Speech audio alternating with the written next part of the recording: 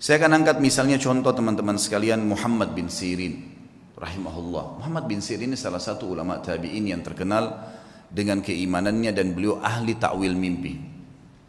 Pedagang di pasar. Satu waktu beliau berdagang, kemudian ada dagangan, dia ragu nih, syubhat. Ini kayaknya salah nih. Ragu, cuman ragu bimbang. Harganya 40.000 dirham. Ini luar biasa jumlahnya. Ini bisa mungkin sampai puluhan juta, mungkin 60-70 juta. Ditinggalin sama dia, nggak jadi transaksi. Dia ragu, kalau sumbernya ini kayaknya haram nih. Tinggalin sama dia. Satu pasar heboh. Padahal cuma dia yang memang punya peluang untuk mendapatkan keuntungan itu. Nggak mau, ditinggalin sama dia. Tersebar berita Muhammad bin Sirin meninggalkan 40.000 dirham. Ini bukan hal yang ringan. Seorang pedagang tahu nih keuntungannya. Baiklah. Besok pagi kejadian, ada satu orang transaksi di tokohnya, berikan uang, gitu kan, kurang 2 dirham. Kurang 2 dirham. Kata Ibnu Sirin, demi Allah kau belum membayar 2 dirham itu.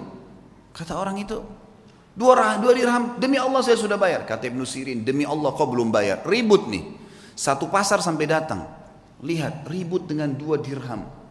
Lalu kata teman-temannya, waktu itu akhirnya orang ini akhirnya membayar 2 dirham. Setelah itu Ibnu Sirin berikan barangnya pergi.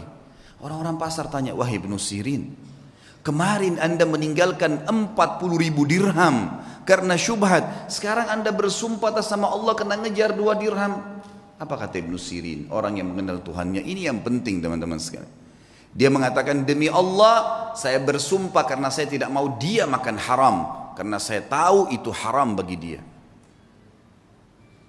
Dia tinggalkan 40.000 dirham yang bisa dia dapatkan. Kadang-kadang kita, alah nanti aja deh. Gitu kan. Gampang nanti baku atur kalau orang kita bilang. Biasa begitu. Tutup mata aja dulu, yang penting sekarang masuk dulu uangnya. Lupa. 1 rupiah sudah cukup membuat anda masuk rumah sakit sebulan teman-teman. Kalau haram. Hati-hati. Muhammad bin Sirin ini pernah membeli madu.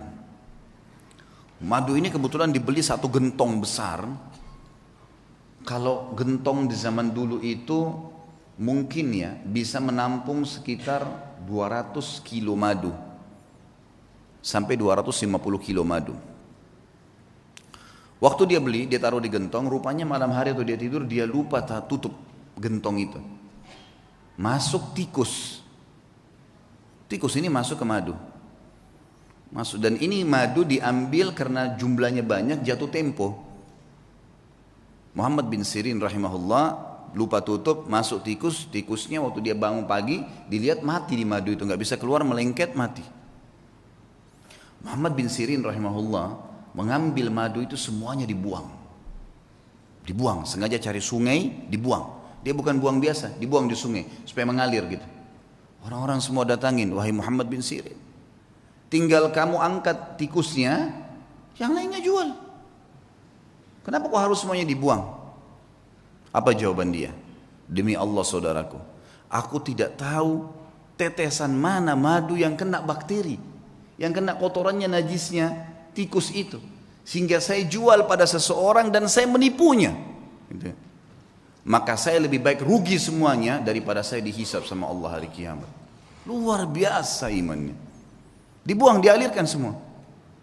Kisahnya berlanjut, subhanallah. Pemilik madu datang nagih. Beberapa waktu kemudian, wahai Ibnu Sirin, tagihannya. Kata Ibnu Sirin, saya belum punya uang. Kata dia, baiklah, bagaimana jalan keluarnya? Ibnu Sirin bilang, kasih saya waktu, beberapa waktu saya akan bayar. Baiklah, dikasih waktu. Berjalan waktu, sama Ibnu Sirin dengan hikmah Allah belum punya duit. Orang ini hanya mengeluh kepada hakim. Hakimnya manggil, Muhammad bin Sirin ulama besar, dipanggil, dihormatin di pengadilan, lalu dikatakan, wahai Ibnu Sirin, bagaimana kasus anda? Dia bilang, hukum di tangan anda. Ceritanya begini, dan memang saya belum punya apa-apa. Kata hakim, kalau begitu anda akan dipenjarakan. Kata Ibnu Sirin, lakukan, penjarakan. Dipenjarain Ibnu Sirin sampai tunggu siapa yang bisa bayarin buat dia gitu.